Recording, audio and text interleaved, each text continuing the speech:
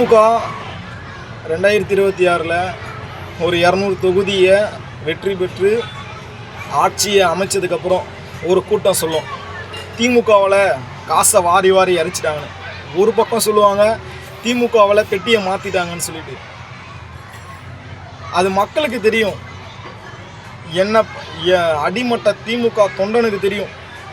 அதுக்காக எவ்வளோ உழைச்சிருக்காங்க, எவ்வளோ பாடுபட்டிருக்காங்க. அந்த எங்கள் தலைவரை சிம்மாசனத்தில் அமர வைக்கிறதுக்கு எவ்வளோ அரும்பாடுபட்டிருக்காங்கன்னு சொல்லிட்டு திமுகவுடைய ஒவ்வொரு தொண்டனுக்குமே தெரியும்.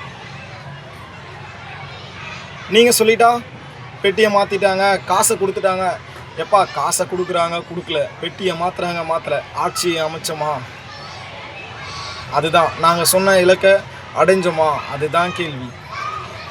தமிழ்நாட்டு மக்கள் எல்லாருமே ஒன்று புரிஞ்சுங்க, திமுக தலைவர் மட்டுமே மக்களுக்காகவே தன்னுடைய வாழ்க்கையை அர்ப்பணிச்சிட்ருக்காரு. அதனால் திமுகவுக்கு மட்டும் வாக்களிங்கன்னு சொல்ல மாட்டேன். உங்களுக்கு நல்ல தலைவருக்கு உண்டான யார் தகுதி இருக்கோ அவங்களுக்கு வாக்களிங்க. ஆனால் திமுகவில் எல்லா தகுதியுமே இருக்குது. 75 ஆண்டு காலமாக தமிழ்நாட்டு மக்களையே காப்பாற்றிட்டு இருக்காரு. இப்போ வரைக்கும்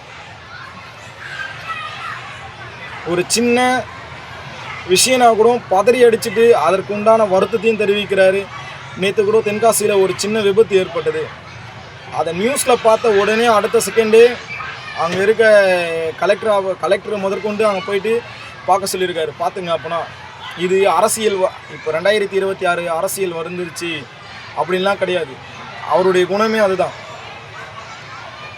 திமுக ஆட்சி அமைத்தால் மட்டுமே தமிழ்நாட்டை காப்பாற்ற முடியுமோ தவிர்த்து வேறு யாராலையுமே காப்பாற்ற முடியாது.